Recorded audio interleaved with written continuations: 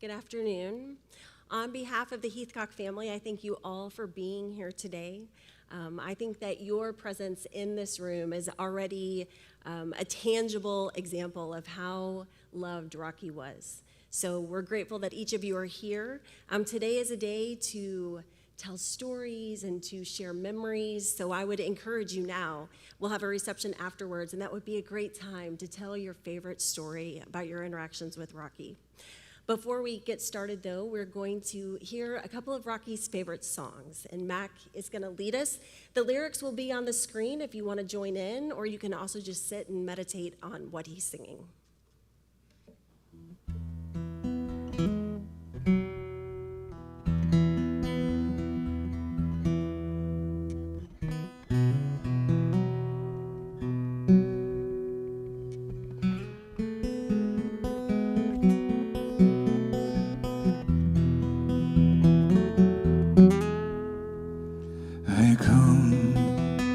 The garden alone,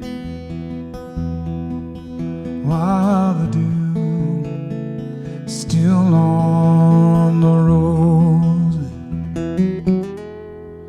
and the voice I hear falling on my ear, the Son of God disclosed. And he walks with me, and he talks with me, and he tells me that I am his own, and the joy we share as we tarry there, none other has ever known. He speaks, and the sound of his voice so sweet, the birds hush their singing, and the melody that he gives to me within my heart is to ringing. And he walks with me, and he talks with me, and he tells me that I am his own, and the joy we share as we tarry there, none other has ever known. I stay in the garden with him, though the night around me is falling, but he bids me go through the voice of his voice to me is calling,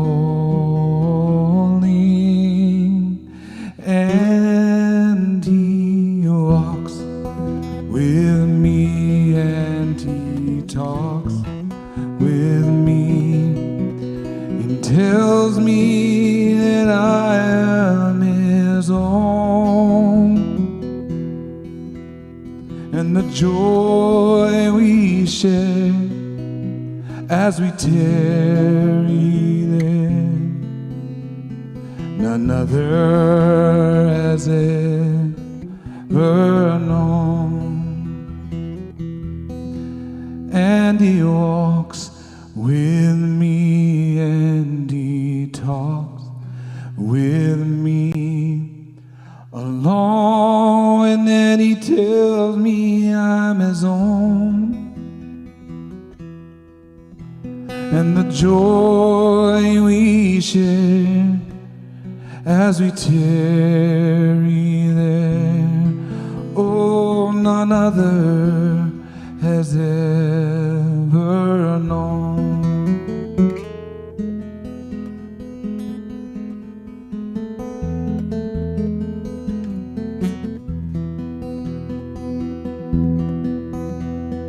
On a hill far away stood an old rugged cross, the emblem of suffering and shame. And I love that old cross, where the dearest and best for a world of lost sinners was slain. So I cherish the old rugged cross, still my trophies at last I lay down. I will cling to the old rugged cross and exchange it someday for a crown.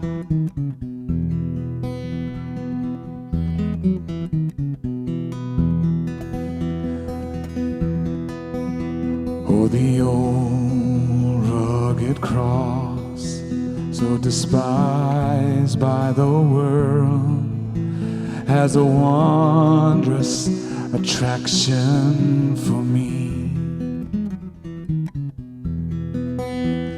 For the dear Lamb of God left his glory above to bear it in dark Calvary.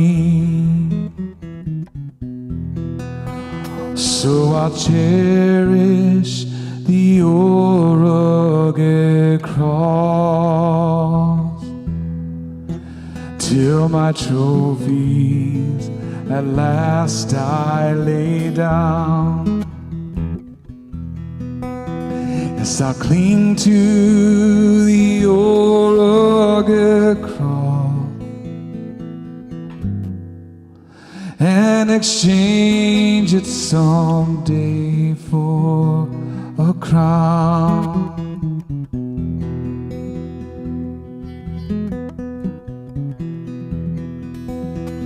And the old rugged cross, stained with blood so divine, a wondrous beauty I see.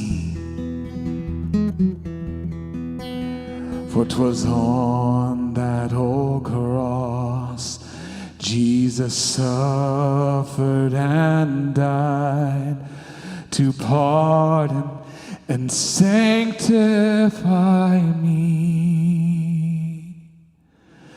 I will cling to the old rugged cross till at last my trophies I lay down. Yes, I will cling to the old rugged cross and exchange it someday for a crown. Yes, I will cling to the old rugged cross and exchange it someday for a crown.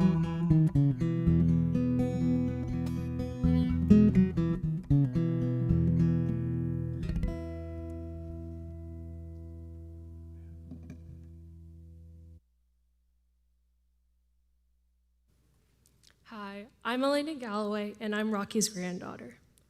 When I was asked if I would like to be part of the ceremony by reading a poem, I jumped up the opportunity. I'd love to be able to honor my grandmother because she was an absolutely amazing woman. But as I was searching for something to read, I could not find anything that I thought described her quite right. I mean, she is one of the most extraordinary people I've ever had the pleasure of knowing, so she deserves a poem about her equally extraordinary. So I began writing to try and measure up. I ended up writing this poem more so to her than for her, and it's called A Love Like Yours. I've seen many demonstrations of love, but none were quite like yours. Throughout the ages and through the years, it will be your love that endures. Last to eat and first to help were always your first thoughts. You showed selfless love and kindness that I'm so glad I was taught. Your beauty and grace astound me.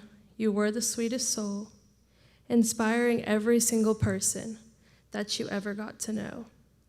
Although you are no longer with us, your light is shining through, lighting up our darkest nights like you always used to do. A love like yours is hard to find, so beautiful and true. I hope that I can pass it on and teach the world to love like you.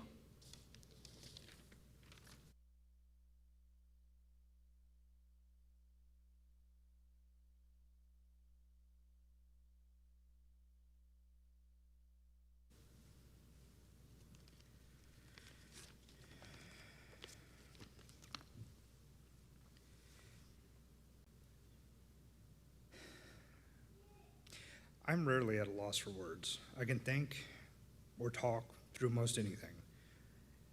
This time, the words just didn't come. They escaped me. The right thing to say just isn't there.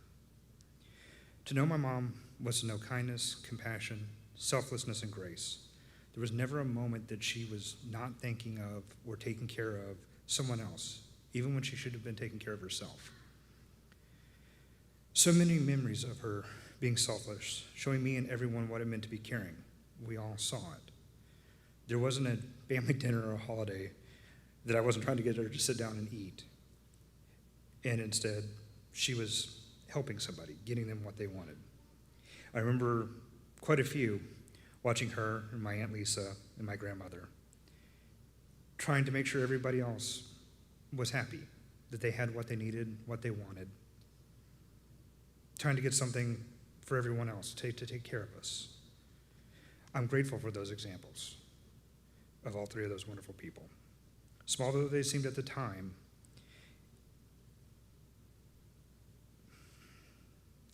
they had a huge impact. It was my mom's constant example every day that made me try to be better, even when I didn't want to be like her, to raise my kids to be like her. She loved her children and her grandchildren so much. It wasn't something we ever questioned. It just was. It was always so amazing to see her light up whenever my girls would go to spend time with her. And they would too. They loved spending time with her, even though she was their boring old Nana, as she would say. It's funny to think that watching Gunsmoke with your boring old Nana would be something that stuck with you. But it seemed to. She was there and loving them since they could remember, encouraging, listening, counseling.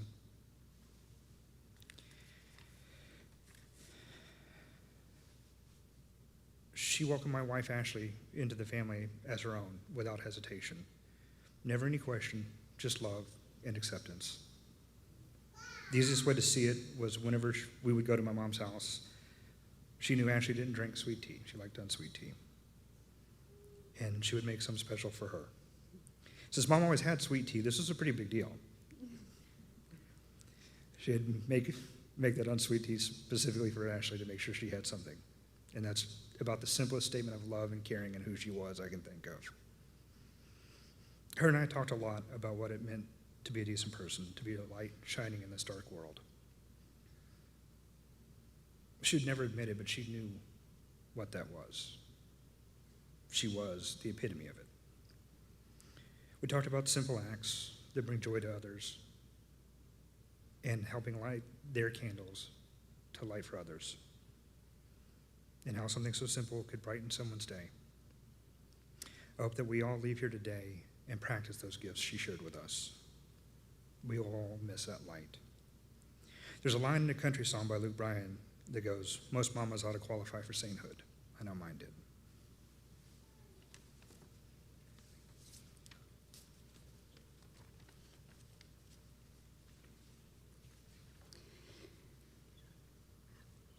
I had a hard time trying to put into words how I feel about my mom. I still do. I know what she means to me, and I know the relationship we've had my entire life is special. But I never thought I'd have to try to explain to others just how special she was to me. She was my whole heart.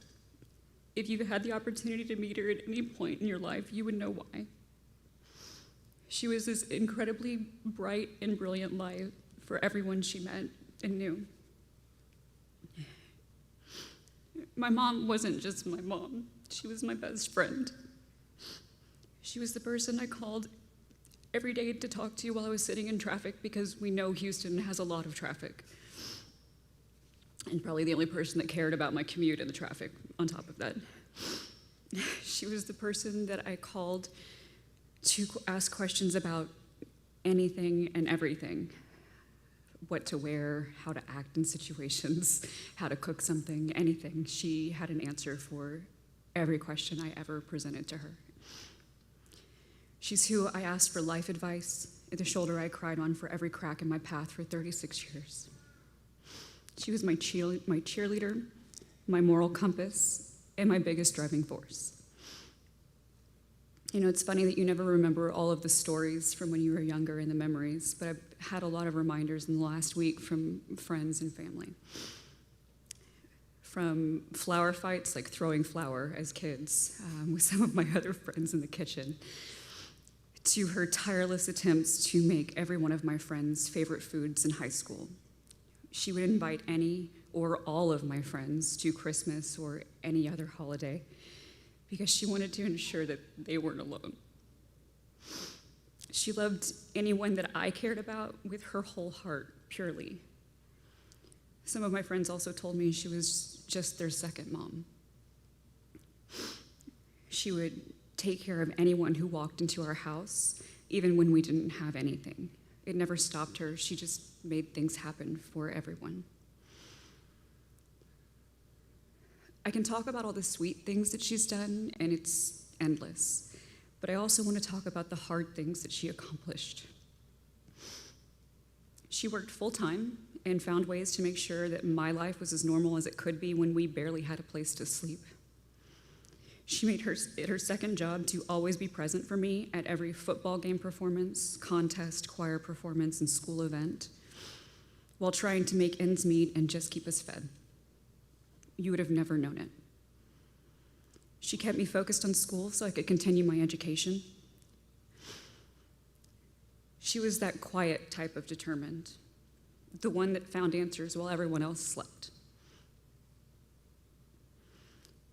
That includes finding countless grants and scholarships for me to go to college that I would have never found on my own, so that I could make a better future for myself. I remember when it was time to move for my first job, when I became a reporter in Beaumont. We piled up both of our cars full, it was mostly clothes, and drove everything I had 90 miles east. There was no question that she was going with me to set everything up, which wasn't very much. She was also there when I moved to Tyler, and she was here to welcome me back home with open arms to Houston when I came back. She has always been by my side.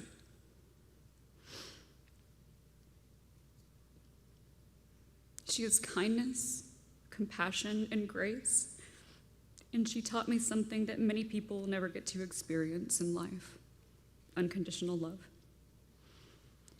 That's a lesson I hope that I can pay forward to everyone else in my life.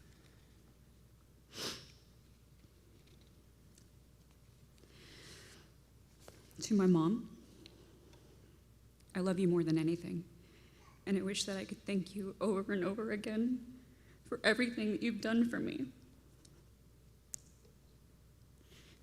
You're my strength, and I never thought I would have to do it without you.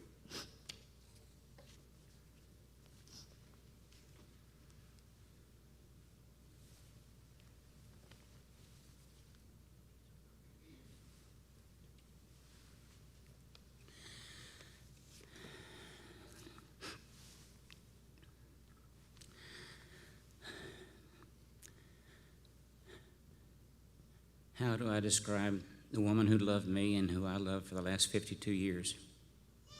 I truly believe that she was an angel on earth. She loved me from an insecure boy and made me become a decent man. She brought our children into the world, and she loved them with all of her heart. I've never met anyone with a stronger mothering instinct. Everyone who knew her loved and respected her. She gave me something certain to cling to amid all of life's uncertainty. I'll never forget the night we met. My brother Frank and I were cruising on Stella Link when a Pontiac passed us by. There were two good-looking girls driving with their windows rolled down on an early summer night in 1968. I told my brother to honk at them, and he said no. So I helped him by reaching over and honking the horn. The girls waved back, so we pulled up next to them, and I asked them to stop at the A&W root beer on the corner of Bel Air and Stella Link. We pulled in, and I went to the driver's side and started talking to the young lady. But then I looked across to the passenger seat, and I knew instantly that there was something special about this young lady. I walked around to her side of the car, and we started talking. She eventually asked me to come to her parents' home. I did, and we've never been apart since. She graduated high school in 1969, and we were married October the 25th of the same year. Over the years, people have asked us how we managed to stay married so long in this day and age. We would always tell them there's no straight line. Relationships have ups and downs. You have to work hard to keep the relationship together and alive. But most important, the most important ingredient, we thought, was that you have to be willing to forgive your partner, because one day you'll need to be forgiven yourself. My wife was the kindest, gentlest, most gracious and generous, forgiving and loving person that I have ever known. She always had the ability to see the good in any situation. And she helped me learn to love and be loved. And she taught me to love reading. She raised me and our children at the same time. I believe she did a very good job, especially with the children.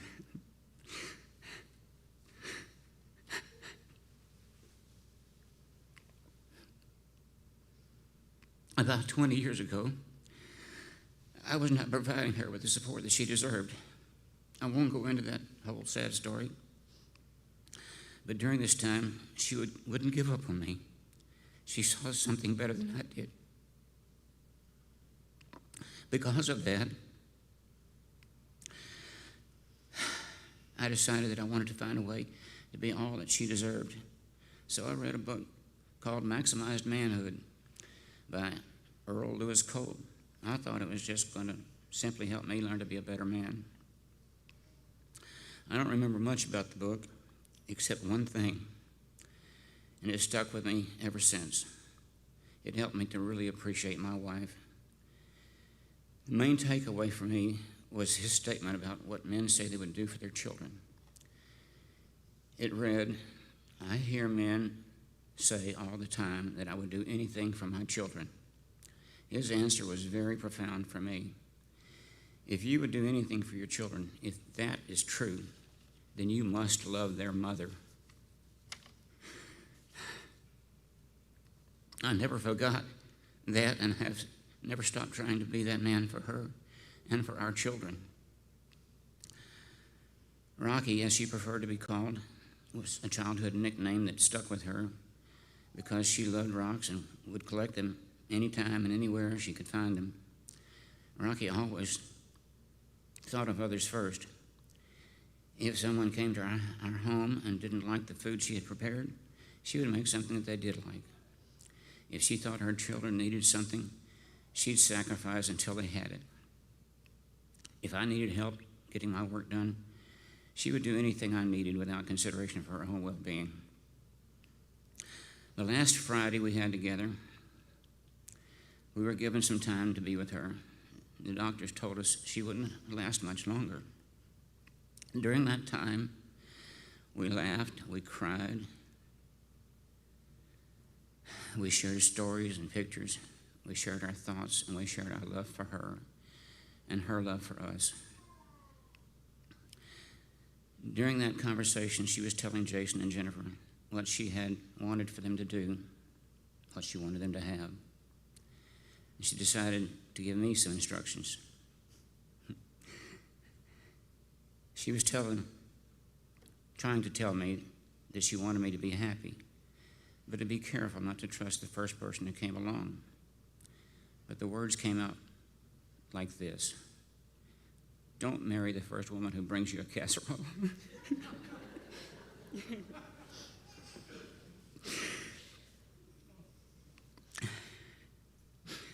Even when she knew she was dying, she was thinking of us and trying to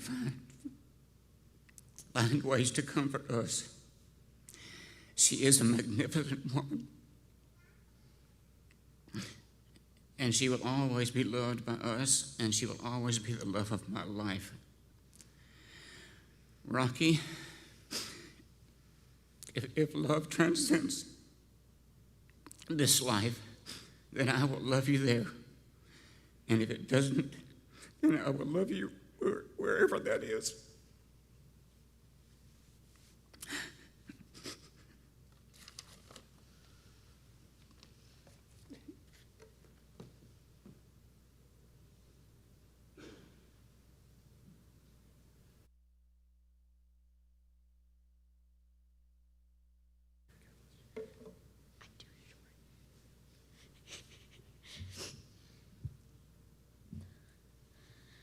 While trying to write this, I couldn't think of the right thing to say.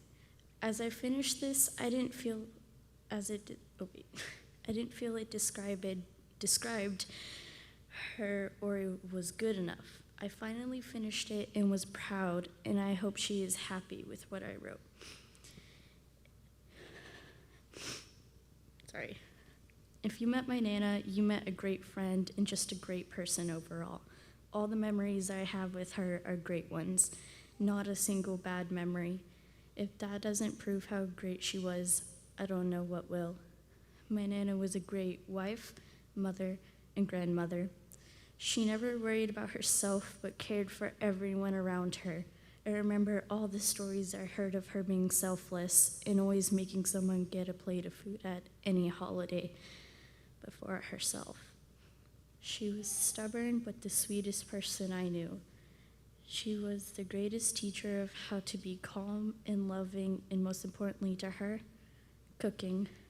I think I can say for everyone here, she was a beautiful person, the kindest heart, and the most comforting voice. Every time I or anyone saw her, our faces lit up. I loved spending time with her, even whenever I was upset. She always knew how to cheer someone up. Not one person I knew didn't like her, and if they did, they were wrong. To my Nana, thank you for caring for me and loving me all my life. I just want to thank you for everything you have done for me, listening, loving, and teaching. She will definitely be missed, and no one would ever replace or compare to her. I feel terrible that I couldn't say goodbye, but I know she is resting now, which makes me feel better. Hopefully it helps you too.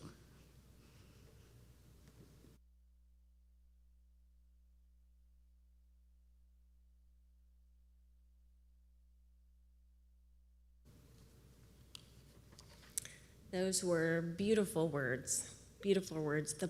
Girls, the poem was so beautiful, and your grandmother would be very happy at what you've just said. This is lovely. I didn't have the privilege of knowing Rocky personally, but here's what I've learned after spending some time with her family over the past week. Rocky loved deeply and fiercely, and in turn, Rocky was loved with that same fierceness and depth. She was a great friend. She wanted people to feel seen and cared for. I've also learned that she was a very cool mom. Jason told me that she took him to see Pink Floyd's Division Bell tour. And if you don't know, that's very cool. That's a cool mom that does something like that. So Al, Jason, and Jennifer, getting to know you this week has given me a chance to witness love. The love that you had for your wife and the love that you guys had for your mom. I've also had the chance to see the impact of her love on you because you each reflect her love. I can see it and I can feel it. And I'm talking about real love here. I don't mean a fleeting emotion or a feeling. She had real love, gritty love. The love that you see because it comes with actions. Rocky professed a belief in Jesus Christ, and in a lot of ways, we see his character in the life that she lived. Jesus looked at people with compassion. When he saw that someone was hungry, he gave them food. When he saw that someone was hurting, then he met them with compassion and kindness. And I felt these echoes of Jesus as I've learned more and more about Rocky over the past week. Her doing things like cooking your favorite meal to make sure that you feel cared for, or her finding just the right gift that might bring you a little bit of happiness. This is real love, and there is a lot of this real love here today. But there is also grief.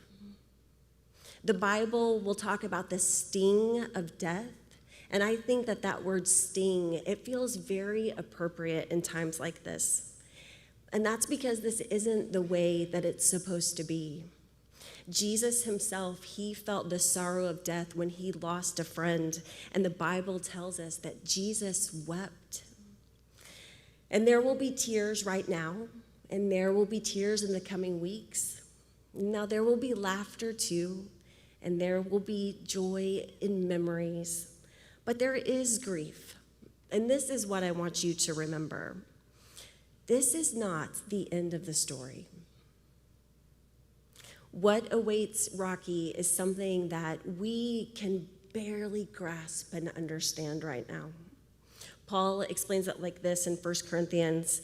The perishable will put on the imperishable, and the mortal will put on immortality. Then shall come to pass the saying that is written, death is swallowed up in victory.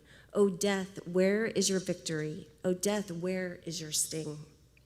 John will write that one day God will wipe away all tears. One day there will be no more sickness, there will be no more hurting, and there will be no more death. So for now, we wait.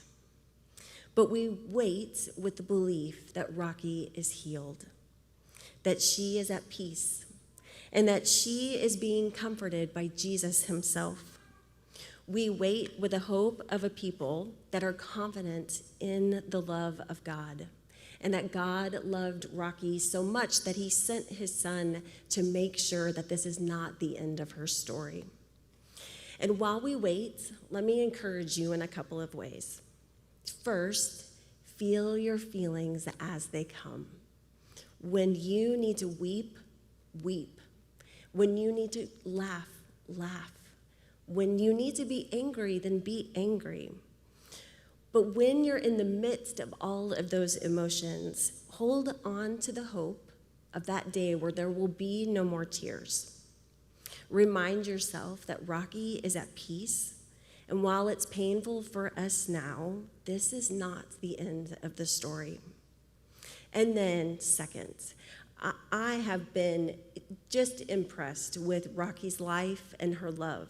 If you're a believer in Jesus and if you've been walking with him for a while, then you know what I mean. Even the words that were said this morning are words that are said of our Savior in the Bible.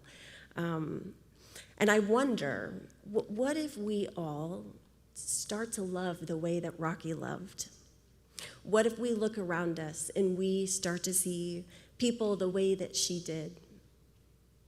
You guys here are a living legacy of that kind of love, and I think you would each say that your life has changed because of the way that Rocky has loved you. And that's the kind of love that comes with action, the love that pays attention and sees people. It's a love that's rooted in the confidence of God's love and being loved by Him, of knowing grace and how it can change your life. So to know Rocky, Jason told me, to know his mom is to know grace. And so what if we continued that remarkable legacy on that she's left? So Amazing Grace was another song that Rocky loved, and Mac's gonna sing it now. Again, the lyrics will be on the screen. You can either sing or just listen.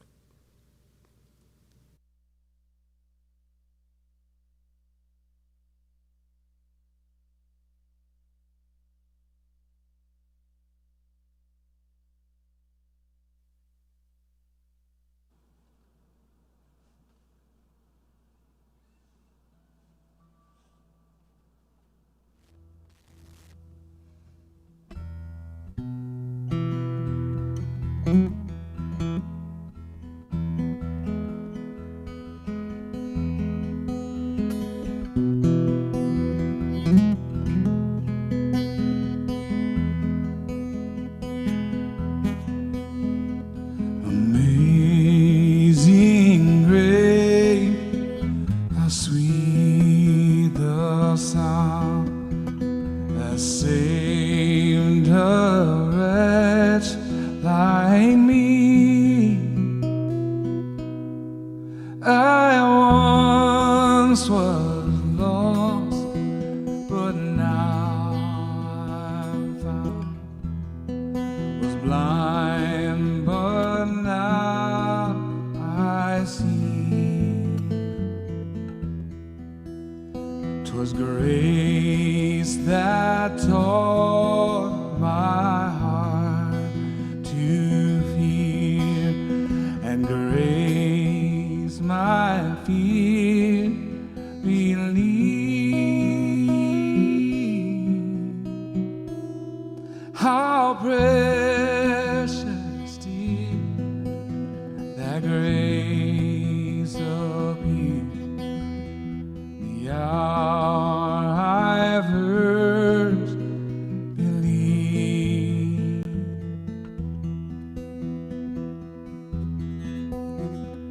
The Lord has promised good to me. His word, my hope secures.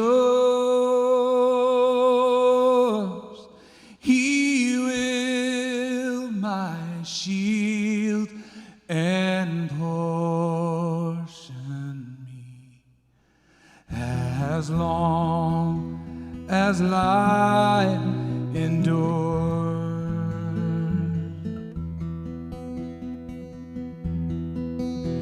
See, when we've been there 10,000 years, bright shining as the sun,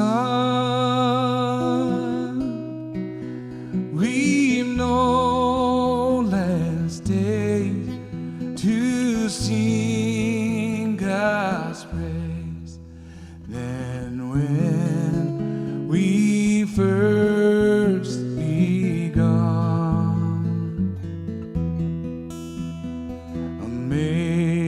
Amazing grace, how sweet the sound that saved a wretch like me.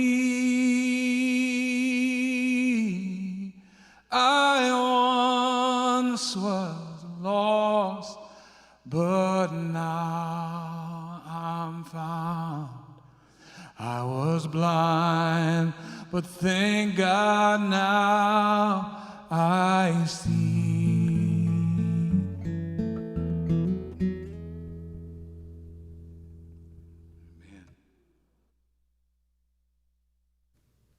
Will you guys pray with me?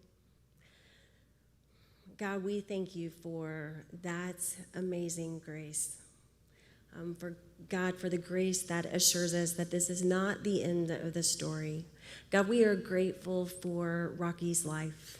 We are grateful for the legacy that she's left, this amazing family that she taught to love, God.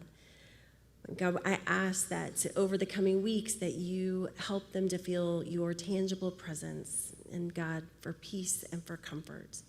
God, we are so grateful that you sent us your son, because we know it's through him that there is hope here. It's in his name and by the power of the Spirit I pray. Amen. The family would like to invite everyone to join them for a reception. You'll simply go out these doors into our cafe area right there.